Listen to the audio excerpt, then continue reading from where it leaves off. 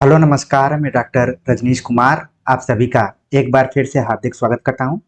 आज के video lecture में हम बात करेंगे कि यदि आप केबीएस के इंटरव्यू की तैयारी कर रहे हैं और डॉक्यूमेंट को लेकर चिंतित हैं कि किस तरीके से हमें अपने डॉक्यूमेंट को तैयार करना है, तो यहाँ पर 27 मार्च 2023 को केबीएस ने अपने वेबसाइट पर कुछ डॉक्यूमेंट्स के बारे में अपडेट दिया हुआ है, जिसमें हम देखेंगे कि ओबीसी डॉक्यूमेंट का फॉर्मेट क्या होना चाहिए, एससी एसटी डॉक्यूमेंट का फॉर्मेट क्या होना चाहिए, इसके अतिरिक्त ईडब्ल्यूएस, पीडब्ल्यूडी, ठीक है। इसके बाद एनओसी, या आप नौकरी में हैं तो एनओसी का डॉक्यूमेंटेशन कैसा होना चाहिए, उसका फॉर्मेट क्या होना चाहिए, ठीक है। तो इन्हीं पर हम बात करेंगे। इसके अतिरिक्त एक और बहुत खास चीज़ है कि बायोडाटा आपको कैसे तैयार करना है। तो ऐसे प्रश्नों को लेकर आप लोग बार बार कमेंट्स करते हैं, तो ये बहुत ही इम्पोर्टेंट एक तरीके से आप सभी के लिए जानकारी है, तो जरूर इसको आप ध्यान से देखेंगे। यहाँ पर आप देख रहे हैं कि लिखा गया है ओबीसी सर्टिफिकेट फॉर्मेट, और लिखा गया है कि form of certificate to be produced by other backward classes applying for appointment to the post under government of India. Bharat सरकार द्वारा ये बनवाना है आपको, और उसका जो फॉर्मेट है, क्योंकि जब आप अपनी तहसील में जाते हैं या फिर अपने जिला मुख्यालय में जाते हैं तो ऑलरेडी पहले से ही फॉर्मेट बना रहता है और उसमें आपके नाम को भरकर दे दिया जाता है।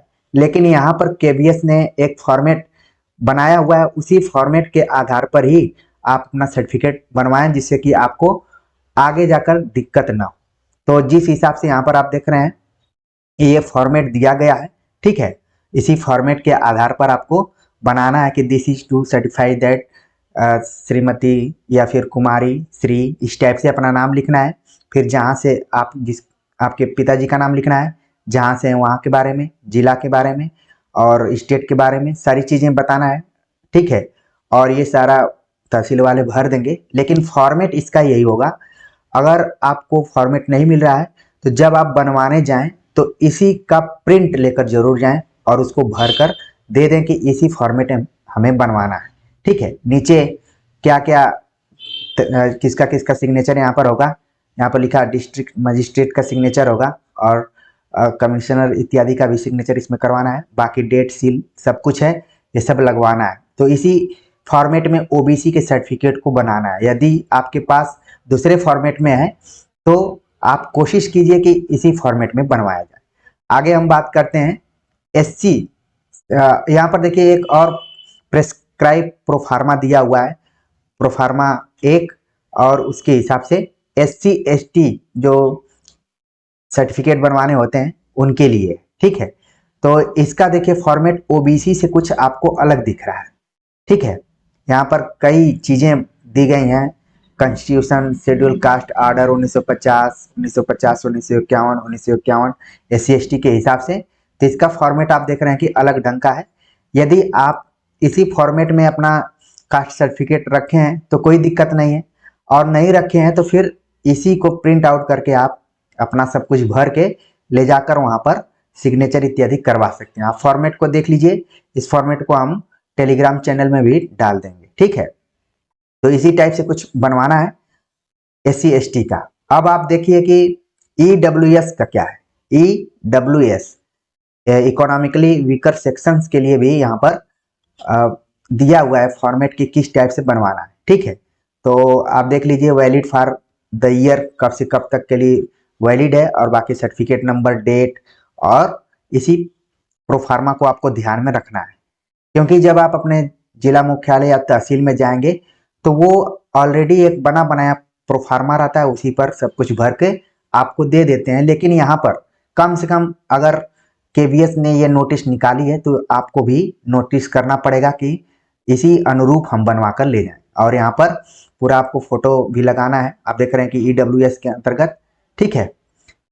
इसके बाद यहाँ पर पीडब्ल्यूडी के बारे में, पर्सन विथ डिसेबिलिटी, पीडब्ल्यूडी का है, और यहाँ पर फोटो इत्यादि लगाना है। और इसका फॉर्मेट देखिए किस हिसाब से है, इसमें हॉस्पिटल का भी रोल है, उसको भी आपको यहाँ पर दिखाना है, ठीक है। तो उस हिसाब से आप इस प्रोफार्मा को देख रहे होंगे और जो भी आपको आवश्यक लग रहा है, क्योंकि इसी प्रोफार्मा में अगर आपके पास होगा तो आप निश्चिंत रहेंगे और अपनी आगे की जो तैयारी है, इंटरव्यू इत्यादि है, उसको ठीक से करते रहेंगे। तो इसको आप देख लीजिए, इसी टाइप से बनवाना है।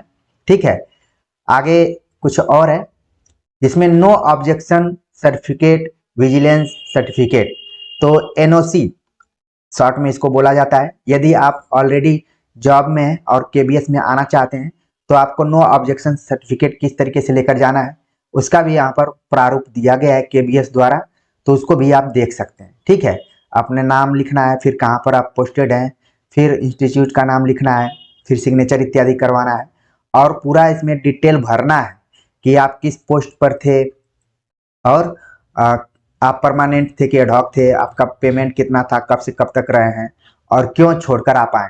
क्योंकि कई विद्यार्थी पूछते हैं कि इंटरव्यू में अगर पूछा जाएगा कि आप केबीएस में ही क्यों आना चाहते हैं, तो अगर आप अपना सर्टिफिकेट इस तरीके से एनओसी वाला लगाए रहेंगे तो उसके आधार पर भी सवाल बन सकते हैं कि आपने यहाँ पर लिखा है कि मैं इसलिए आना चाहता हूँ, क्योंकि जो चीज़ आप प्रेजेंट करेंगे उसी पर आधारित सवाल होंगे।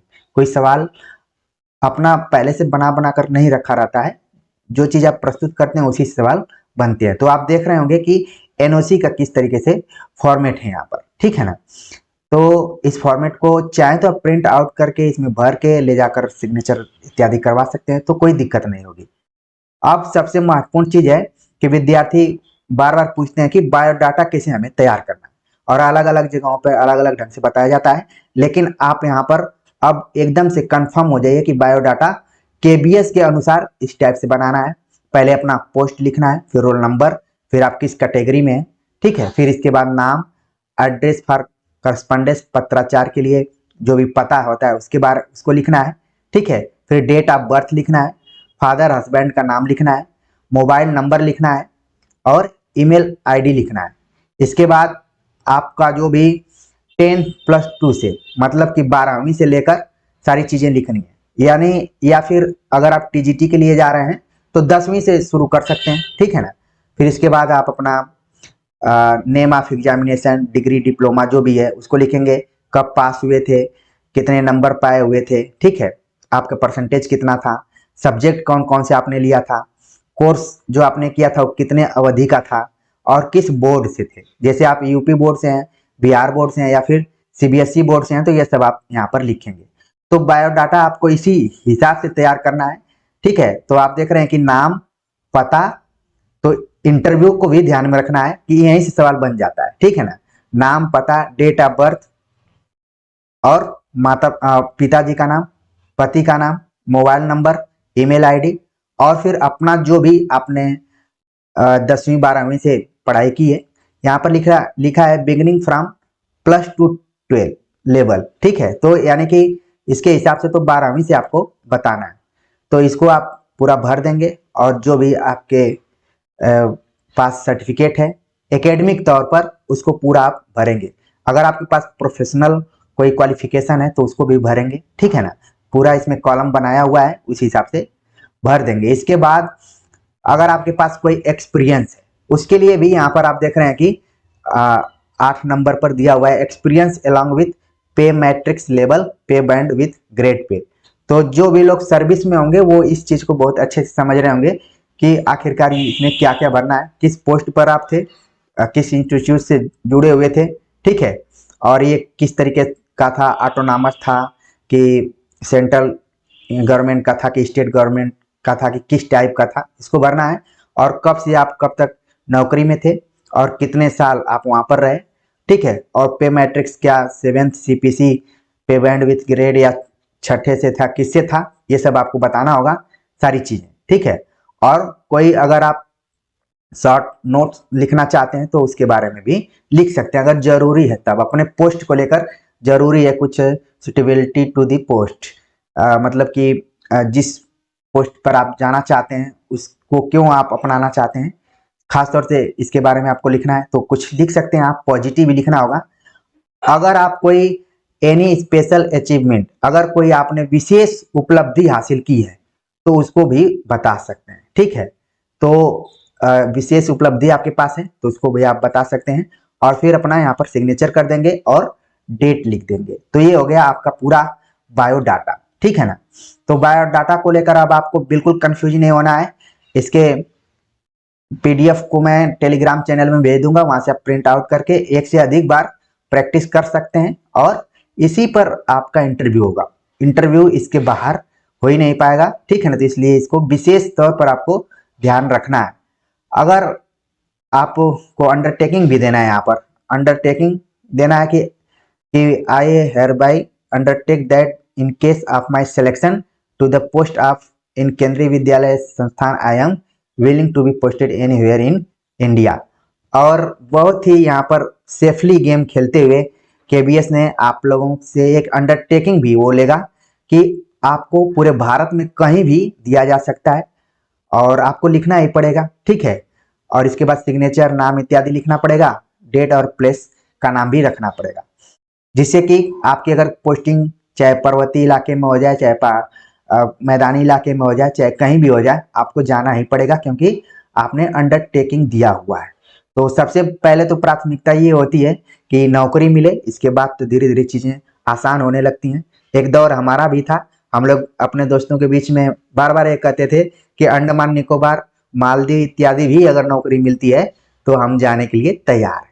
फिर चीजें धीरे धीरे क्या हो जाती हैं, आसान हो जाती हैं, ठीक है। तो शुरुआती ये कुछ यहाँ पर आपको चीजें ध्यान में रखनी थी, तो हमने यहाँ पर जैसे ही नोटिस आई तो मुझे लगा कि इस पर चर्चा करना बहुत ज्यादा जरूरी है, बाकी तो पढ़ाई लिखाई होती रहेगी। तो उम्मीद है कि आप सभी को अच्छा लगा होगा और ये पूरा पीडीएफ मैं आपको टेलीग्राम चैनल में भेज दूंगा और तुरंत आपके दिमाग में आ रहा होगा कि ये टेलीग्राम चैनल क्या है। तो अनुराज हिंदी एकेडमी, अगर आप टाइप करेंगे टेलीग्राम चैनल में तो वहां पर ये आ जाएगा, ठीक है।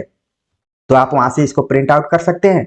बाकी आप इसमें देखेंगे दो तरीके के ग्रुप हैं। एक तो ग्रुप है जिसमें मैं ही केवल बातचीत कर सकता हूँ, जिसमें आप देखेंगे कि 5K लिखा हुआ है, और एक है कि उसमें लगभग 350 के आसपास में लोग जुड़े हुए हैं जो कि आपस में बातचीत करते हैं, ठीक है। तो दो तरीके के ग्रुप है, आप चाहें तो दोनों ज्वाइन कर सकते हैं और फिर आपको सारी चीजें वहां पर मिल जाएंगी। तो उम्मीद है कि अच्छा लगा होगा और जल्दी से ये काम आप कर लेंगे, अपना सर्टिफिकेट अच्छे से बना लेंगे, बायोडाटा अच्छे से तैयार कर लेंगे, अंडरटेकिंग को लेकर भी अपने माइंड में मेकअप कर लेंगे कि जहां भी नौकरी केवीएस देगा मैं वहां जाने के लिए तैयार हूं। तो मिलते हैं एक नए टॉपिक के साथ, तब तक के लिए नमस्कार।